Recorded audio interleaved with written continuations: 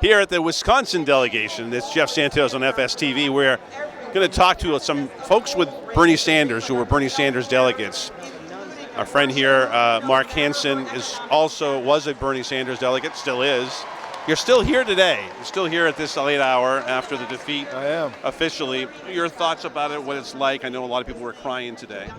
Well, I think a lot of people put in a lot of hard work to get Bernie Sanders to where he finished today, which is, a very close second for the nomination for president from the Democratic Party, which a year and a half ago was unthinkable.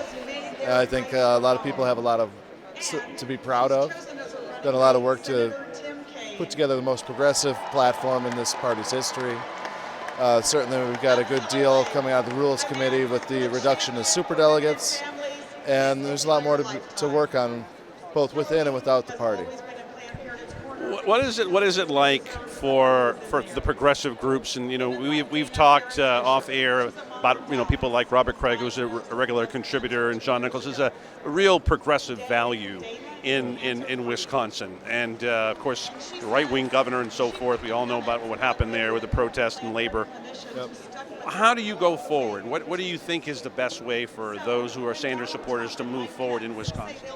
I think we need to maintain our focus on the issues, broaden our coalitions, try and bring more people into the movement, and just keep pushing until we get that better world that we would want for all our kids and grandkids. One of the fights that happened with Walker is education. Of course, Sanders wants 4 years of free university, and then Hillary Clinton, the platform, has agreed that we'll do that up to $125,000. How does that play with people in Wisconsin, and particularly with the cuts that Mr. Walker had? Yeah. Wisconsin has taken a lot of pride in their school system. Whether it's your K through 12, we were one of the first states in the nation to have a K through 12 system. And I actually sit on a public school board, and the cuts to that were devastating to our district.